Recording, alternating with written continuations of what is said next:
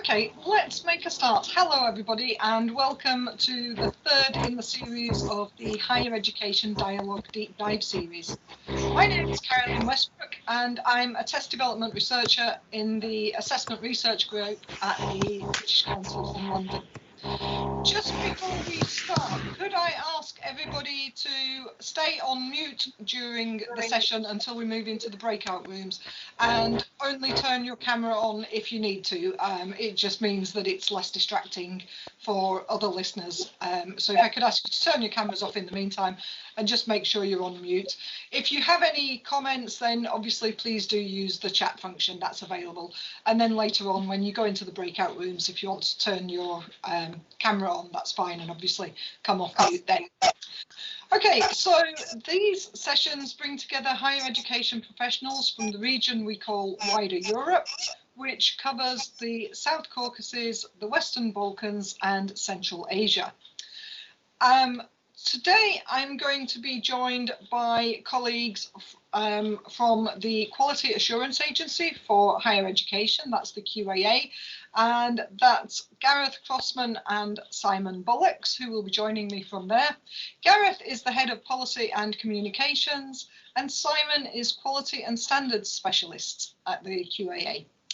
I'm also joined today by Professor Michael Draper, who is a Professor in Legal Education from Swansea University, waving at you now, and Dr. Irene Glendinning, who is the Institutional Lead for Academic Integrity from Coventry University. So a little bit about our speakers today. Gareth is responsible for QAA's policy, public affairs and media relations work. He was appointed as the first policy director at Liberty, which is the UK's leading human rights and civil liberties campaigning organisation, back in 2002. After that, sorry, could I just ask?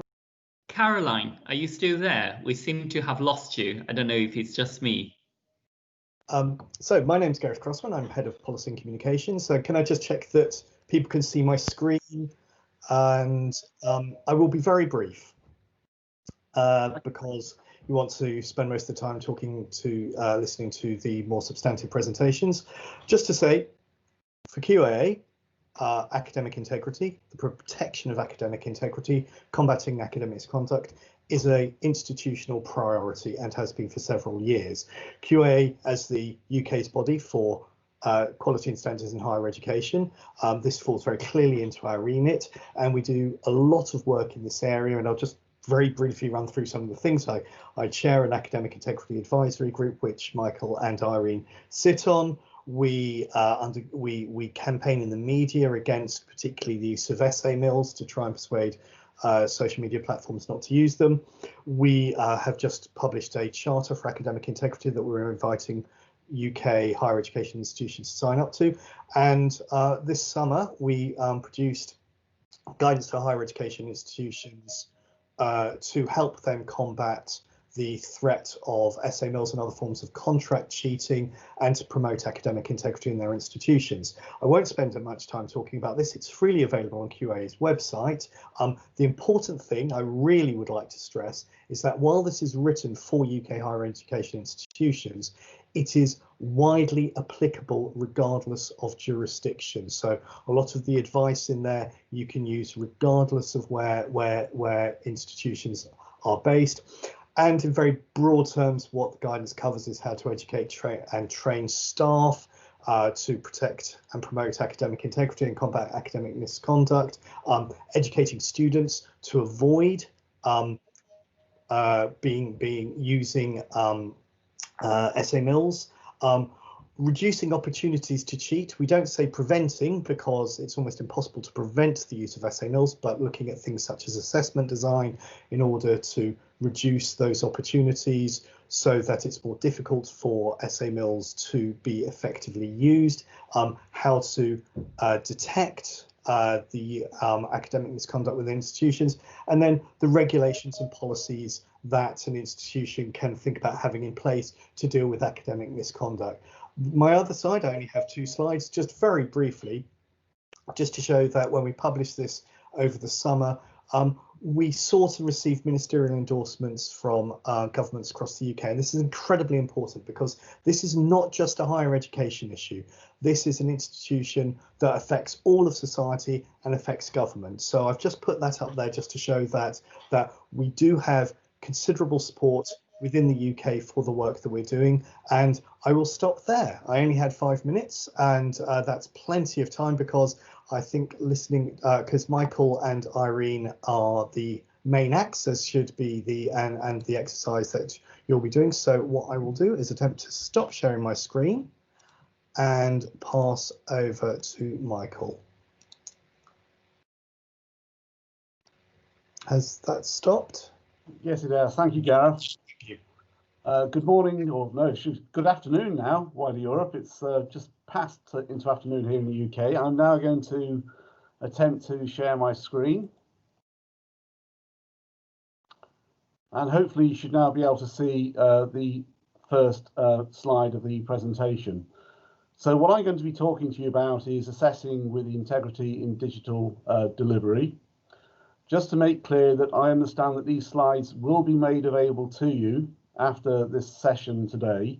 So I would ask that you please don't try and read from the slide as we go along.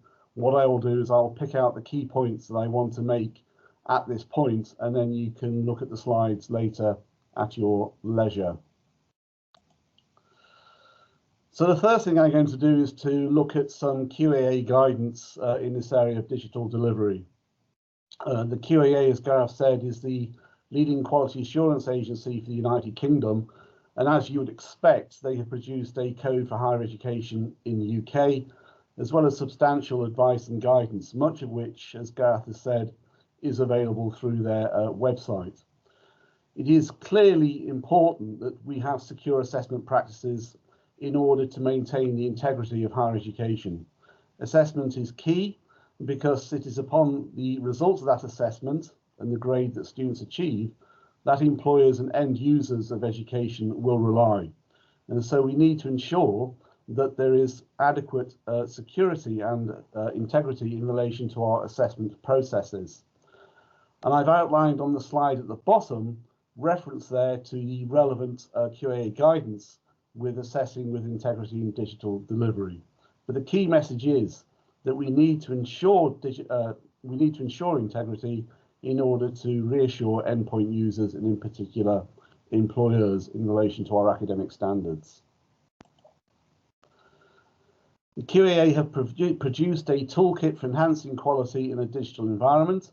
Again, I've made reference to that at the bottom of the slide where you can actually find the actual document. What that basically says as a key message is that it's important to provide clear communication and support for students who are facing changes to their modes of teaching, learning and assessment. Students are naturally concerned if they're used to a particular form or mode of assessment, which is then changed to a different form or mode of assessment.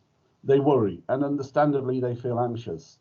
And so what is important is that whatever steps you take, you clearly communicate those steps and changes to the students so that they understand what they are and how that will impact upon their assessment processes.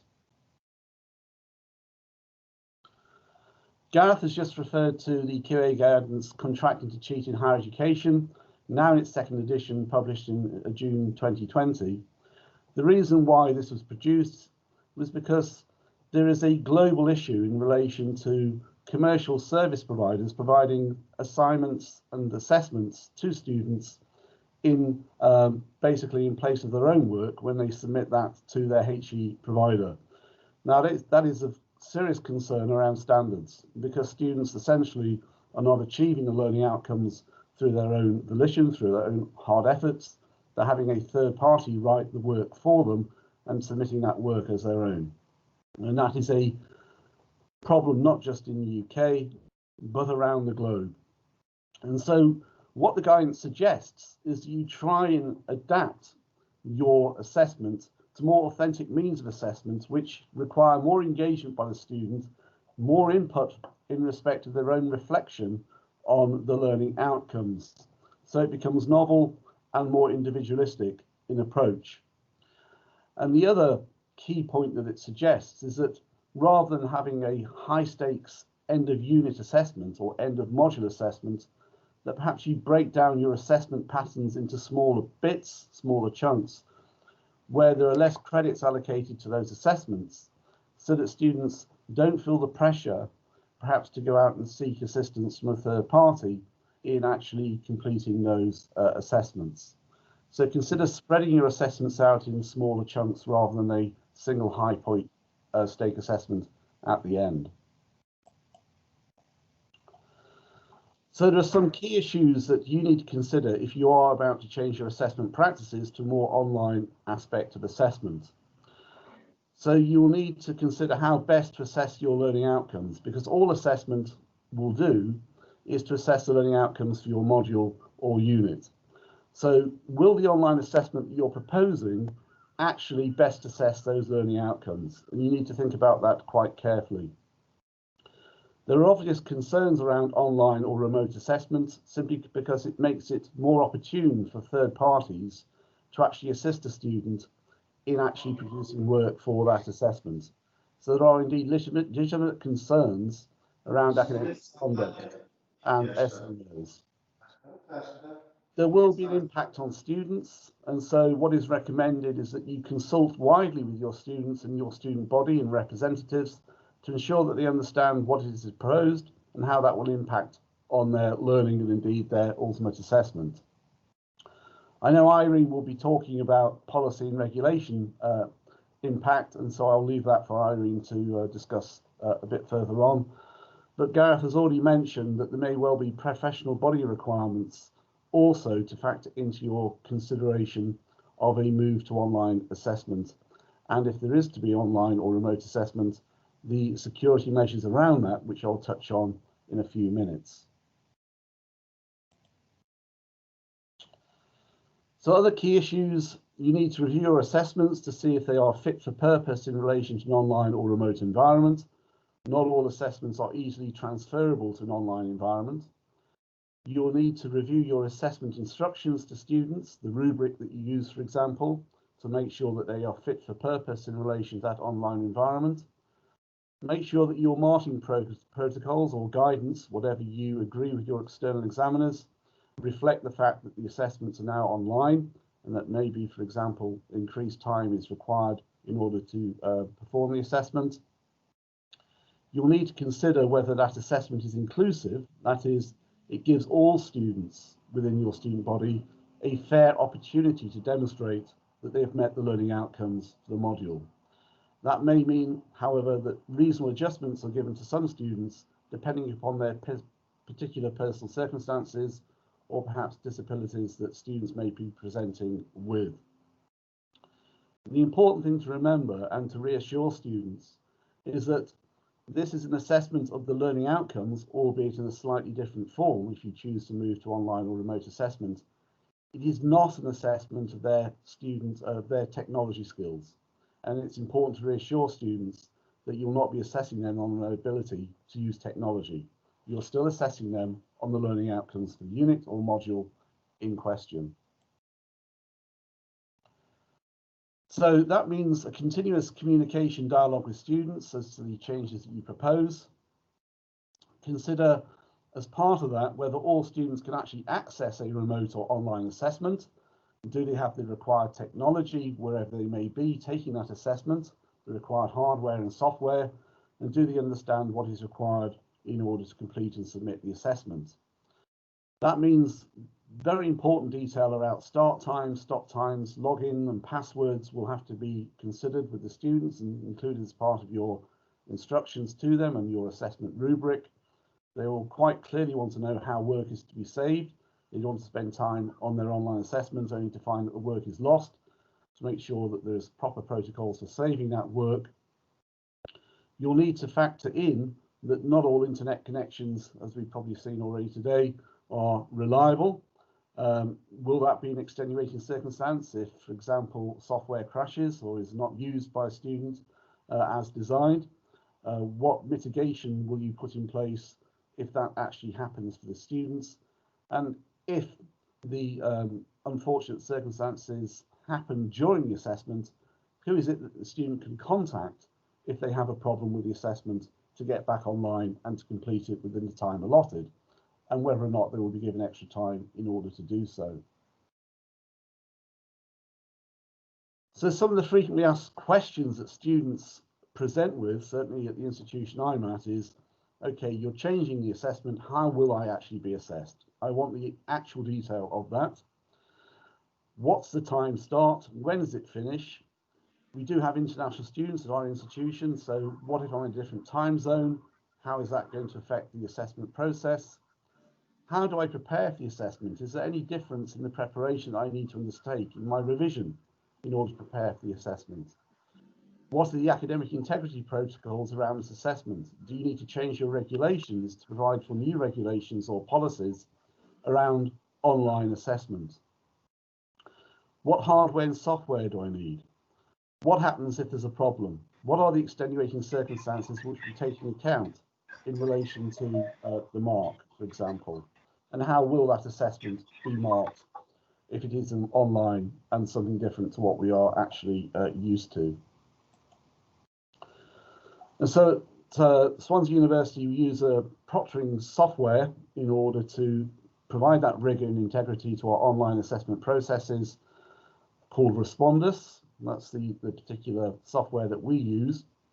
And what we give to students in advance of the test is an online test review process. We tell them what we will do in terms of proctoring in relation to their assessment. And so we have a slide such as this, which will identify certain issues which we will flag as academic misconduct issues and explain to students how that will impact on their assessment. And then after the assessment, we will, as an external examiner looking at the assessment, decide whether or not those incidents which have occurred during the assessment, as previously flagged, are clear, or whether they're inconclusive, in which case we might require the student to take the test again, or if we believe unfair practice has occurred as a result of activity during the online assessment, then we will cancel the test. So this is actually given to students in advance along with other documentation. So before the test occurs online and using proctoring software, we will ask students to go through this particular checklist around checking technical requirements, checking that the webcam is working, and completing, very importantly, a pre-test. We get students to actually do a pre-test to make sure that everything is in order, to make sure the environment they're in is fit for purpose and the software and hardware that they're using can actually be used for the test. On the day of the test, we advise students to make sure that they're sitting as close to their Wi-Fi router as possible and to accept the invite to the test on the morning of the test, which will only be given if they successfully completed a pre-test, so that we know in advance that they can actually complete this test because we've already tested that they can. There will be ID required in order to check that, to make sure that the person sitting the test is indeed the person who claim it to be. So there'll be a passport or driver's license or some other form of identification. And there'll be warnings about staying within the room and not moving away from the computer and making basically movements which could be identified as looking at a source which is not permitted within the assessment. And on the day, we will make unannounced invitations into the test environment to see what the student is actually doing and allow us to review what is going on.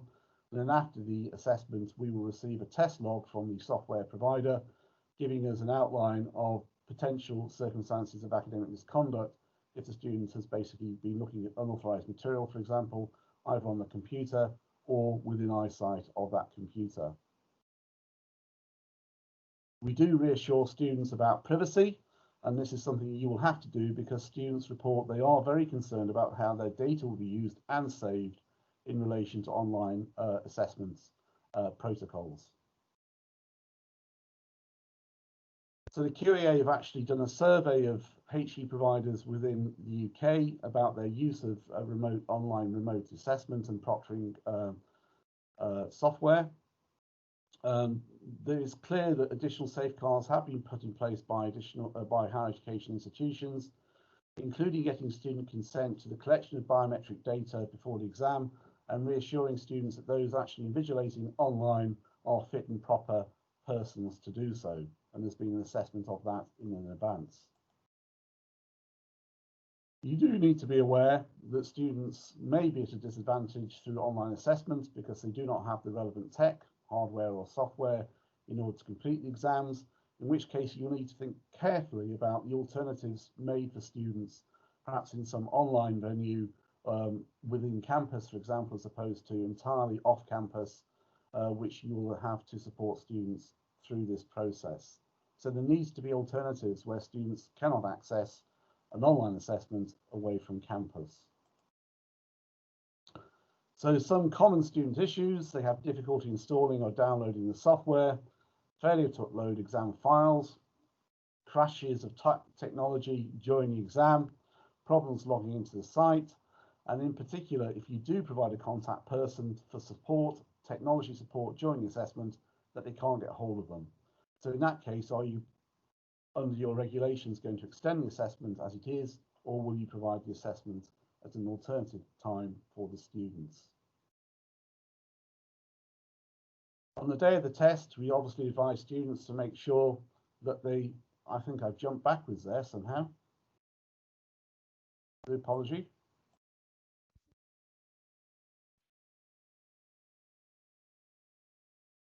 Right, so that's where I finished last time. So the final few slides, we have had issues with professional bodies in the UK around proctoring. Some of the advice to students is that if you actually undertake an assessment away from campus in your own home environment using proctoring software, you must not leave the room or the computer within a 2-hour time period or 3-hour time period, depending on the exam. That, of course, can cause problems to students. And I think I have a slide here of what happened in the relevant exam with the Bar Standards Board. We had students having to take advantage of self-help within that environment because they couldn't leave a computer in relation to toilet facilities, which is why sometimes you need to have an alternative assessment venue, which is also physically invigilated to allow students toilet breaks, for example, if necessary. So if you have an awfully long assessment, 3 hours, students need to be aware of that in advance because they may not be able to leave the computer because the proctoring software will flag a potential academic misconduct issue. So in summary, please ensure that all students are informed of changes to assessment methods. Do students have the sufficient skills to do that? Be aware that students will have issues around proctoring and around online assessment for various reasons, and you need to explore that with students in advance. Practice, have a pre-test. Make sure your existing rubrics or assessment instructions are fit for purpose. Have the means for recording properly and storing online assessments so that they're not lost.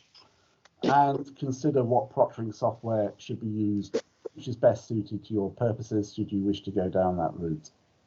I think that's me, and I will now hand over to Irene, if I may. Hello, everyone. Thanks very much, Michael. Apologies, everybody. For the first time ever, our internet went down. Irene, would you like me to introduce yourself, or would you like me to introduce you, or would you like to introduce yourself?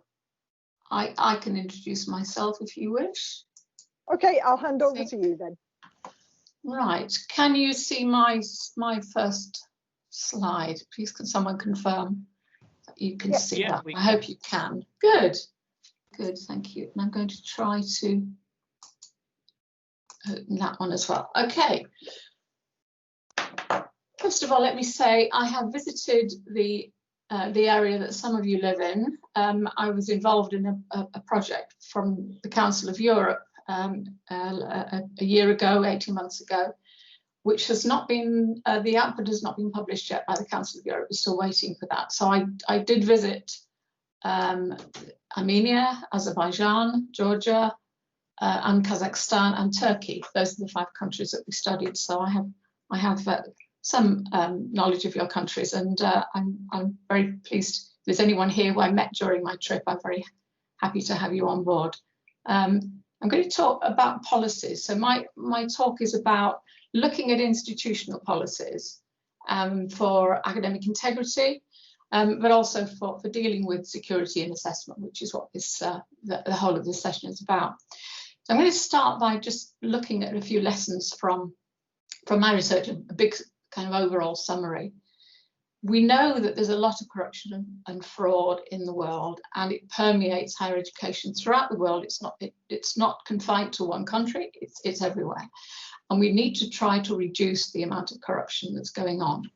And this sort of corruption doesn't just affect students, it's about the whole academic community.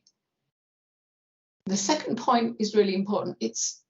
There is no one view of what constitutes an acceptable academic conduct. It varies across the world. People have different ideas of what's normal behaviour and what isn't. And it would be great if we had some common view on that, but we must accept that at the moment there are different views in different parts of the world, and also in different institutions within one country. The diagram I've got on this slide here combines the concepts of academic quality, academic standards, and I say academic integrity is a third of that quality and standards issue. If you don't have academic integrity, you certainly don't have, you can't claim to have academic quality or high standards. So it's important that academic integrity is seen as part of quality and standards, and that it's integrated with your processes. The final point on here, I'm going to say this several times during the talk. Everybody within higher education has a responsibility for upholding academic integrity, and the contrary, for reducing academic misconduct. So you will see that theme throughout what I'm going to say. I've put a few definitions on this slide because it's important that we are all talking about the same thing. And my point earlier on about there are different perceptions of what is meant by the different concepts around the world. This underlines that. So what I mean by academic integrity is the responsibility for actions relating to study and academic work. It's about honesty, ethics, fairness, and trust. Corruption I see as a deliberate action, with or without assistance from a third party, to gain an unethical advantage or benefit. Michael's talked a bit about contract cheating, and that's some of the work that we've been working on with QAA as part of the advisory group, is to try to raise awareness of contract cheating. What we mean by contract cheating is use of a third party by a student to complete some work or an assignment or an exam for them, which the student will then submit as if they've written it themselves. And they will get academic credit or benefit from that. I've also mentioned academic fraud already. So this is any member of the academic community, with or without assistance, intent to deceive in order to gain unfair advantage. Breaches to academic integrity are accidentally or deliberately violating regulations relating to teaching, learning, assessment. And you see I've colour-coded these things here. The blue is the positive and the red is the negative. And at the bottom here, I've used the term third party. So the third party could be a ghostwriter, an essay mill, a downloading website, a proofreader, family, friends, another student, a colleague if it's a member of staff, a manager, a tutor, one of the teachers. And so the only one of these definitions that just involves students is contract cheating. But actually, if you look at the definition of a third party, that could be any member of the academic community. So these definitions apply to everybody, not just students, in their own way. And I'm going to talk about assessment because that's what the focus of this talk is about. The whole of the event is about assessment. But actually, we must first of all realise that if we talk about corruption and fraud, it can happen in any part of the operational aspects of higher education institutions. So it could happen at governance level, management, oversight level, so even outside the institution, admissions, recruitment, appointment of staff, in terms of the teaching staff. Assessment, I'm going to talk about credentials and qualifications. So we know that the fraud happens in the issue of credentials and qualifications. We know that it can happen in research and also in academic publishing. If you want to read more about some research I've conducted there is a link at the end to that research, which looks holistically at quality assurance and all of these areas. It's quite a substantial piece of research. But I'm going to focus it on assessment. And one of the things we need to think about is, what are the threats to higher education providers, to higher education institutions relating to student assessment? Well, the biggest threat, as I see it, is contract cheating, whether it's contracted out to a family member or whether it's to an essay mill. We're particularly fighting essay mills and trying to find ways to combat the demand for the services of essay mills, but also the supply side as well. In terms of going online, collusion became a big opportunity for students who wanted to cheat, who saw that as a means of getting around the problems that they had and sharing behaviours. But collusion and sharing is also about uploading and downloading stuff to websites so that students can share work between each other and also share solutions. Plagiarism remains the biggest and the most common form of cheating, whether you're talking about research or student work, and exam cheating. And depending on what your assessment regime is, it might be exam cheating, or it might be plagiarism, or it might be contract cheating that you see as your major problem. But all of those things are a problem. But also we have the supply side. We have facilitating students to cheat, people helping other students to cheat, supplying material. That might be a member of staff, or it might be another student, or it might be someone outside the institution. And the supply side, particularly to do with contract cheating, making fraudulent claims, and less common though, but also worth thinking about, is hacking into systems and changing marks and gaining access to exam papers and things like that. So what are the causes of these? First of all, as Michael's already said, badly designed assessments is one of the issues. So if you set poor assessments, that provides opportunities for students to cheat. So design of assessments is a big issue. How you design out. You can't completely avoid cheating by design, but you can make it more difficult. Ignoring or condoning suspicions of academic dishonesty. So if staff don't report academic dishonesty, if you don't have systems for dealing with it, then that is one of the threats. Having weak policy or staff ignoring policies is a big issue. Poor communication about expectations, and that's particularly important when you change your regime of teaching, learning and assessment. If you don't tell students what it is you want of them, then you can't expect them to understand what it is they have to do. So that's communication with students is particularly important, but also communication with staff and having the right policies in order to do that. Inconsistent or unfair responses. So if you have a system where students where they are found to have breached academic integrity rules, if you have unfair responses to those, then that is a great threat to your institution. It's unfair to students, and it also gives them grounds for appeal. Inappropriate admissions and recruitment strategies. If you admit students that don't have much chance of succeeding, then you have a big problem with cheating, because students can only succeed by cheating. So what happened in the spring this year, we switched very suddenly and very quickly to online teaching and learning, and that was a shock to everyone. If you have what I've called here closed book exams, which are kind of normal exams where you expect students to either memorize work or be able to respond to questions without referring to other resources, those without the proctoring system that Michael was describing, those kind of exams may not be the most suitable form of assessment in an online world. We in the UK introduced what we call no detriment policies. We told students we would take into account any disadvantage they faced, either through not having technology or for the circumstances they were in, which may have actually given rise to a certain amount of complacency. And of course, all the support services at the institution went online. Everything went from being face-to-face to online. It was a huge huge change and a huge shock to the system, not just for the students, but for the staff as well.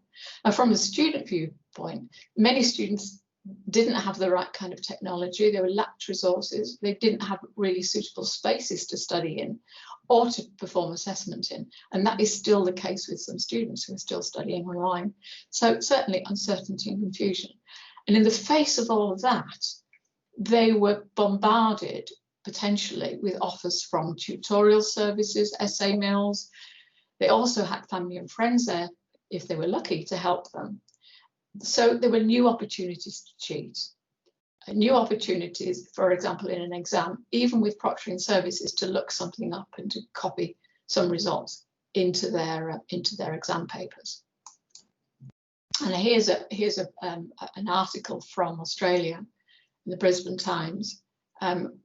So what the headline says is, this is the University of Queensland University of Technology reports 4 times more cheating as exams go online.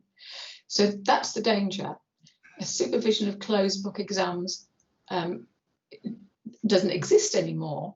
Cheating becomes changes in all sorts of ways. The opportunities for cheating, the opportunities for bringing someone else to do the exams for them, because they can, if they're not being followed. I've got a big slide here about contract cheating. I haven't got time to go through all of the detail in here, but the card on this side is describes what happens in normal times when we're face-to-face on campus. We get contract cheating representatives coming onto campus and giving out these credit cards to students, trying to persuade them to use their services. So what's happened now is it's all gone online. So students are being contacted by social media and being offered these kind of services.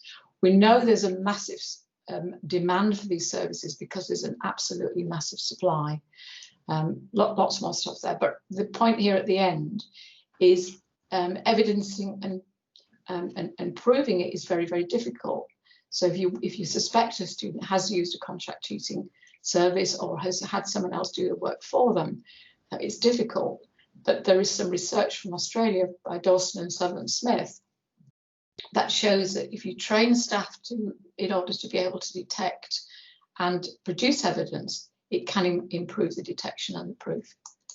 So I'm rapidly running out of time, so I'm having to go very fast, so please excuse me. So there are risk factors here for the institution if you ignore the problems. It's really important. And one of them is surprisingly student welfare, because if a student is using contract cheating services, they open themselves to all sorts of dangers, such as blackmail. But clearly, we end up with graduates that are unprepared for the job market, and the reputation of the institution will certainly suffer as a result of allowing students to graduate who haven't actually got the skills we claim they have. So what do we do about it? Well, in terms of a strategy for dealing with it, we need leadership, we need investment, resourcing, we need to put staff time into it, and we need to put in guidance, education and training, not just for students, but for all staff. And there's a pretty dreadful example there of Pakistan International Airlines, where they found that the crew training had been circumvented by staff getting someone else to do their tests for them. And that resulted in the death of a lot of people. By all means, look at that afterwards. You will have access to these. So what do I mean by policies? Well, in terms of the strategy, we start in the middle. We've got education, guidance, support, duty of care, inclusivity. Education is at the heart of everything. But if we move to the left side of the diagram here on the Venn diagram, this is about designing your assignments, designing the teaching and learning strategy, the pedagogy, communicating your policies, having resources and having approval processes for research and so on. On the right side, we've got the detecting, evidencing, raising awareness, monitoring technology, and keeping stats. And at the bottom here, we've got the process of adjudication, having consistent sanctions, having an appeals process, being fair and proportional in terms of the punishments that are applied to students, but making sure that there's corrective processes involved, but providing education and guidance as well. And on the outside of this diagram, what it clearly shows is that an academic integrity strategy, if it works well, supports academic standards and quality and discourages academic dishonesty. I'm going to have to move very fast because I've already run over time, so forgive me. This slide talks about the institutional regulations and how they must be holistic and institution-wide, applying to everybody, but also in terms of being transparent and accessible. In the adjudication process, you need to decide who is responsible at each stage of the process. If you just leave it to the professors, which I know happens in some institutions, then you don't have consistency, potentially. You have an unfairness and so on. So I will leave you to read the details of that. All of those things need to be decided in part of your policy. Technology is very important. And I know in some of the countries that we're talking to here, you have national policies in terms of having a plagiarism percentage. I strongly advise against that. The plagiarism percentage is not the same as a similarity percentage on your software, no matter what software you're using. Software tools cannot detect plagiarism. They just provide guidance as to where plagiarism might be. It's an academic judgment where plagiarism has happened. Also, contract cheating may have a low similarity percentage. So just picking out a high similarity percentage may miss some of the potential cheating. So it's really important that you're aware of all of that. And moving on, there's lots more on technology there. Thinking online exams. In my institution, we have stopped having online closed book exams. We are setting different kinds of assessments now because there are better assessments, both in terms of deterring cheating, but also in terms of securing the assessments, moving to an online system. So that's actually very important that you think about alternative forms of assessment now we're moving online, and also generate intelligence between your staff about essay mills. I just want to, before I kind of move on, very, very important, education about academic integrity is key to moving forward, both before students arrive, throughout their studies, and if they make a mistake, if they commit academic misconduct, then some corrective education is very, very important.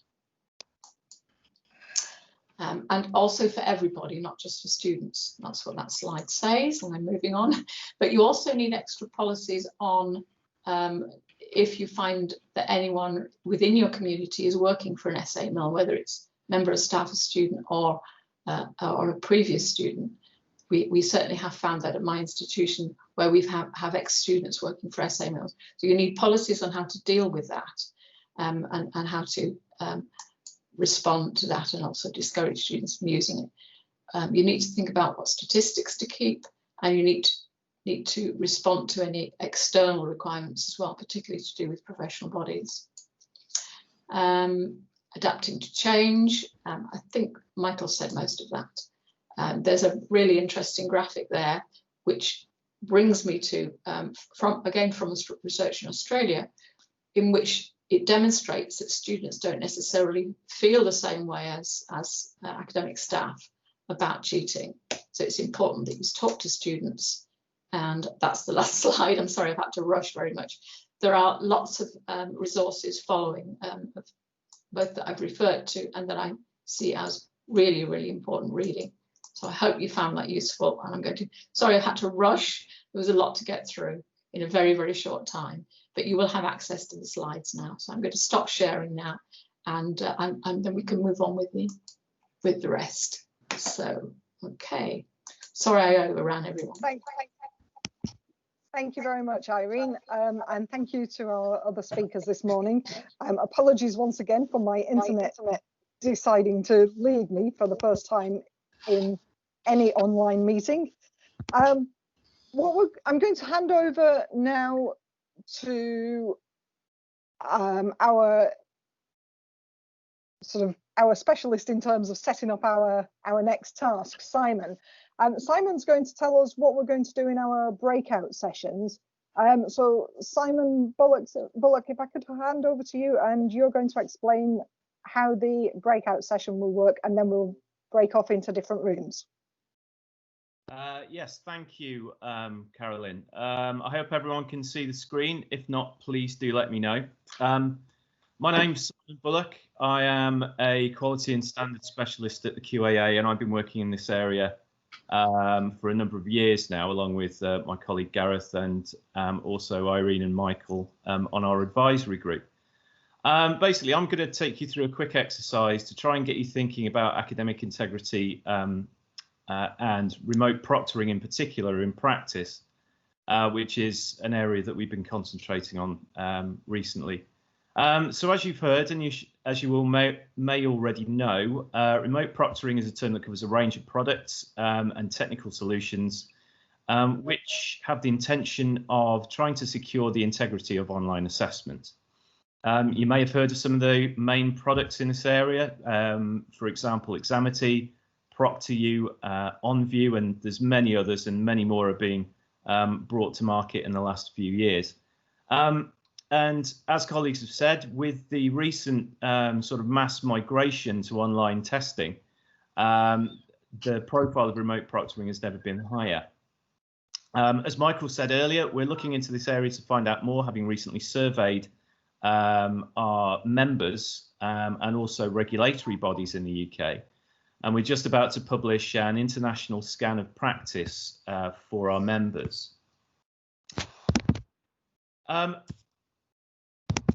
So basically, what we'll be doing in this next session, after a very brief introduction from me, is breaking up into smaller groups for 20 minutes, where we'll discuss a question that I'm just about to bring up. Within the smaller group discussions, if somebody could nominate someone to perhaps take a note of some of the main points coming up, there'll be an opportunity after that session for another 20 minutes where we can give feedback to the group as a whole. So basically, what we have here is a scenario for you. This may not match precisely with the roles that you have within your organizations. And we are conscious of the differing structures of HE providers, not just within the UK, but also in your countries. So please do bear with us if this doesn't fit your experience or your role exactly. So the scenario is you're responsible for assessment design in your provider. And as with many providers, your assessments have been moved online as a result of the COVID-19 disruptions. Your senior management are concerned that the opportunities for academic misconduct have increased as a result of that shift, and they've asked you to investigate remote proctoring in order to mitigate this risk. So my question is for you, what steps would you go through in order to select and implement a remote proctoring solution? Now, as this is a fairly open question, you may want to think about where the drivers behind this might be coming from, what evidence of wrongdoing there might be, in other words, what's the mischief, what engagement with your students you want to carry out, who you want to talk to, how often you want to talk to them, and also how your procurement procedures might be brought to bear. Okay, so now you're going to be put into your groups and you're going to spend about 20 minutes discussing this. And after that, as I say, we'll come back to the main session and share 1 or 2 points each. So it may be worthwhile, as I mentioned, nominating someone to record that in order to feedback.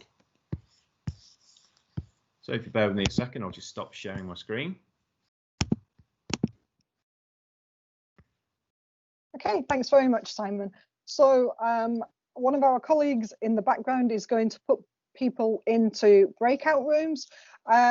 We had said originally we would have until 13:05 for this, but I think we probably do need to spend the 20 minutes on it. So if we could go to 10 past, that would then still give us 15 minutes to come back and feedback. So Nicola, if you're in the background, could you send us off to our breakout rooms, please? Okay, so maybe we could start with Michael. Would you like to summarise what was discussed in your group, please? Well, I think the headline is that Summer asked the room, there were about 20 participants, how many within the room from their institution use proctoring software? Nobody put their hand up. So it appears from my group, nobody's actually using online proctoring. But what is interesting is that colleagues in that room have clearly thought about the issues of integrity of assessment in relation to online assessment. And they've changed the form of assessment to assessments which either require critical thinking, some form of project or individual work within a set period of time, which is given to the student, or smaller stakes assessment based on small questions, small answer questions, around 20 minutes given to that particular form of assessment to a student. And almost all of them have said they're no longer using multiple choice questions because of the prevalency of multiple choice and susceptibility to cheating in that form of assessment. So colleagues have really thought about what it is they're doing in terms of online or takeaway assessment and have designed their assessment to try and make that assessment with as much integrity for completion as possible. Excellent, good. That sounds like you've had a good conversation there, Ben. We did. Good. Gareth, could I ask you to summarise what was said in your team, in your room? Yes, I mean, I think the real focus for us was on knowing that there are a lot of parameters of things that can work or not work, and the amount of preparation and collaboration that takes place leading up to and as part of the process, the more likely it is for everyone to be happy with the outcome. In particular, I mean, there needs to be, I think it's sort of indicated with what Michael just said, that a lot of this is new for everyone. Some of what we've taken through COVID might actually become more permanent, entrenched within institutions. So staff training and preparation and understanding of what is going to of what the processes are and what how it's going to be different before is incredibly important, especially as there are, you know, different courses have very different requirements in terms of what students have to deliver and the platforms on which they have to deliver it.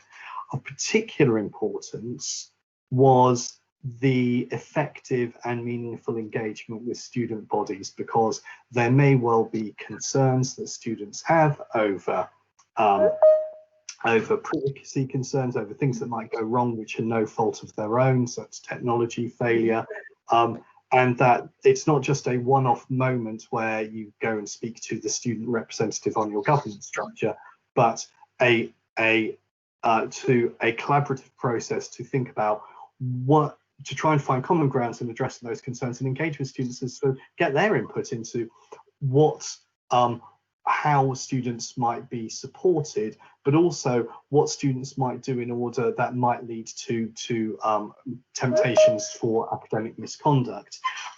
So I think it's, you know, there's lots in a few minutes, there's only so much you can cover, but the real key thing is to put in the groundwork and to ensure that there is effective engagement with the student bodies. Yeah, okay, that's great. Irene, would you like to summarise the different things that we talked about?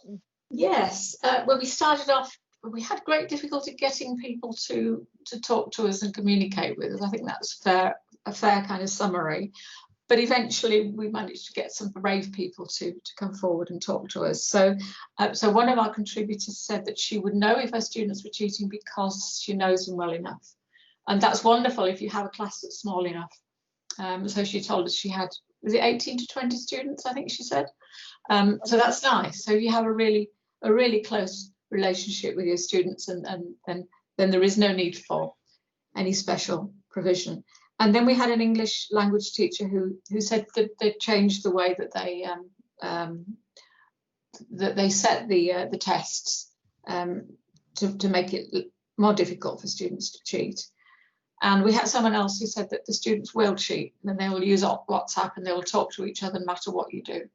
And so we talked a little bit then about how you might deal with that kind of problem. But I don't think we came to any strong conclusions. But I think in a similar way to what Michael was saying, nobody is using any kind of proctoring service at all. We had no evidence that anyone was doing that or that they'd investigated it.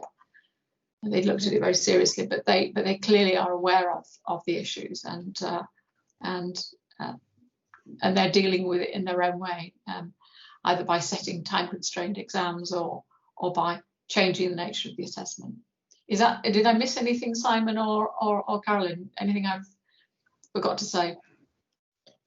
No, that's very well. No, I think, one of the things that we talked about, as you said, they were moving away from sort of standard tests and finding different ways of assessing. And that's one of the things that we've been promoting in the assessment research group, is moving away from sort of, if you can't have a proctored solution, moving away from these sort of tests and exams online to finding alternative ways of assessing your students. We talk about sort of encouraging cheating in inverted commas, meaning not that we're actually encouraging people to cheat, but we're actually encouraging students to work together, maybe on a project or maybe on a presentation, where actually, they are helping each other, but by helping each other, they're all moving forwards. And that could be, in any subject, but obviously we talk about it in terms of language assessment. And I think that was really good. And the fact that people were coming up with ideas like testing critical thinking, moving into more practical exams, moving into exams where you can't cheat because you have to sort of think about the answer yourself and give a sort of a personal idea. I think those are all good options. Obviously, remote proctoring is great if you can do it, but obviously if you don't have access to those things, it's a bit more difficult. Interestingly, nobody talked about the cost of these services either, because they're not cheap, and some of them are not really scalable if you have a lot of students. Yeah, I mean, obviously it's something that the large testing organisations are currently concerned with. Some have remote proctoring, some are developing remote proctoring. But it's sort of how far you can go, how quickly, and for what amount of money. Okay, Michael, is there anything to add from your side? Any other comments that you would like to add, or any comments that you would like to contribute to the conversation from the other rooms? Yes, thank you. I did ask all contributors how long they gave students, when they gave a takeaway assessment, how long they were given to actually undertake that assessment, albeit they were assessments requiring critical analysis or critical work or project-based work. 5 days was perhaps the norm. And I think Irene might back me up on this, but in terms of essay mills, in terms of actually contract cheating, getting a commercial service supplier to work for you within 5 days, that is entirely possible. And even on a project which requires some form of critical analysis. I just throw that out there so that it's out there in the open. It'd be remiss of me not to say that, but any takeaway assessment where there's a degree of time involved, it is susceptible to third-party assistance. And I know that Irene will also add that we know, for example, there are commercial services that will give in real time answers to students who are using an internet for assessment as well. This is not easy, and I'm not suggesting there are any easy answers here, but being aware of the issue, and as Irene pointed out in her presentation, training staff having the right policies and regulations in place and processes to investigate is key. Absolutely, yeah. And, I think Irene sort of stressed it also in her talk, where she was saying, it's really about making sure that the lecturers take responsibility for it rather than sweeping it under the carpet, that there is some responsibility to detect cheating and to deal with cheating. because, you know, at the end of the day, if you allow cheating, as was mentioned by one of the speakers earlier, all we're doing is setting up our students to fail when they leave the university. And I always used to say, in my university, I was an associate professor at a university in the UK for many years, and I always used to say, if I allow somebody to cheat and I know that they're cheating and I still pass them, all I'm doing is, in the long term, I'm not only ruining my own reputation, because it's effectively my signature that has passed them for that course, but I'm ruining the reputation of the university, because eventually people will start to say, you know what, the students graduating from that university, they can't do the job when they get out into the community. And so I'm not going to bother taking anybody from that university. It's a longer term thing, but it's certainly a big risk, I think. Gareth, anything to add to the conversations that we've had and the feedback that we've had from the different rooms? Yes, and sorry, for some reason my camera, I'm getting a message saying my camera isn't working, so don't know what that is, but there you go. Just stepping back slightly, I think one of the, and referring to the guidance that we published and the when we were redrafting, because it was a second edition of guidance, when we were in the process of preparing that, we had a survey where we went out to all higher education institutions in the UK and got feedback from them on what they thought was working in their institution, what wasn't. And one of the strongest messages that came back to us was that, particularly in larger institutions, there will often be pockets of really good practice, where often it will be led by an individual or groups of individuals within who have a particular interest in that area, but that will not be applied on an institution-wide basis.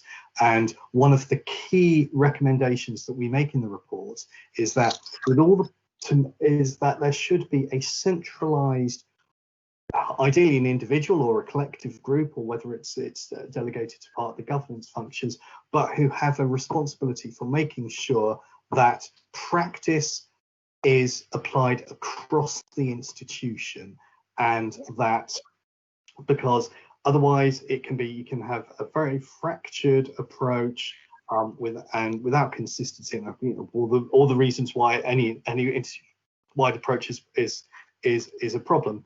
But that is absolutely key, and it's not just about having a policy in place that's then, you know, oh well, it's filed over there and people should know about it. It's the proactive element of making sure that across the institution there is a level of accountability and people are adhering to what is agreed institutional practice.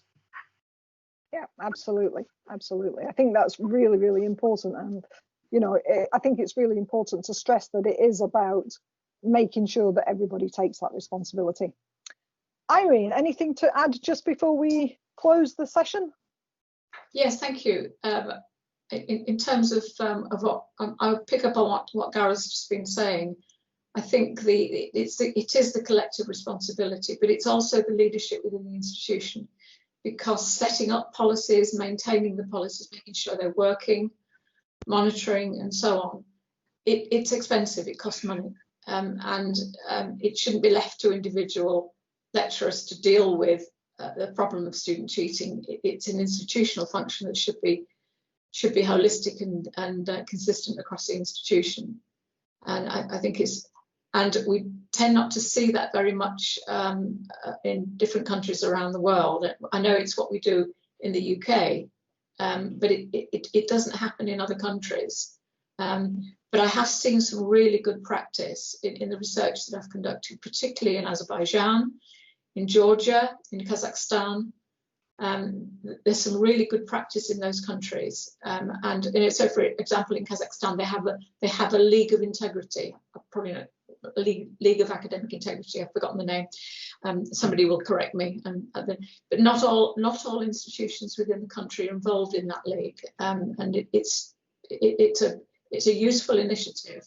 And perhaps that kind of idea should be rolled out much broader within Kazakhstan, but also the idea taken up in other countries. So there are different ways in different countries that it's being dealt with, and we're not kind of demanding that everybody follows the way we do it in the UK. But I think you can learn from some of the practice we have in the UK and perhaps build on that yourselves and adapt it to your own local needs. Okay, great. Yes, thank you. Absolutely. That's very interesting. The idea of a league of academic integrity. That's a great idea. Okay, everybody, we're almost out of time. So just before we finish, I'd just like to say that there should be a survey in the chat box, which we would ask you to complete so that we can get your feedback and your thoughts on today's sessions. I'll apologise once again for my internet falling down and the fact that I'm now talking to you via my phone. But I'd also really like to say thank you very much to our speakers, Dr. Irene Glendinning, Professor Michael Draper and Gareth Crossman, and also our breakout session specialist, Simon Bullock. I'd also like to thank the people in the background that did all the organisation for today, and that's Summer Shah, Camilla Roos, Nikola Pavlovich, and Simon Borg and Dania Diumagambetov. And I do apologise for that because I'm sure I got the word stress wrong on that. So Dania, thank you very much for your help in the background. And thank you to everybody for coming today and for participating. Thank you for sharing your thoughts and your ideas. And please do complete the survey for us. Thank you very much, everybody, and goodbye. Have a good afternoon and evening. Thank you. Thank you very much. Thank you, everybody. Bye-bye.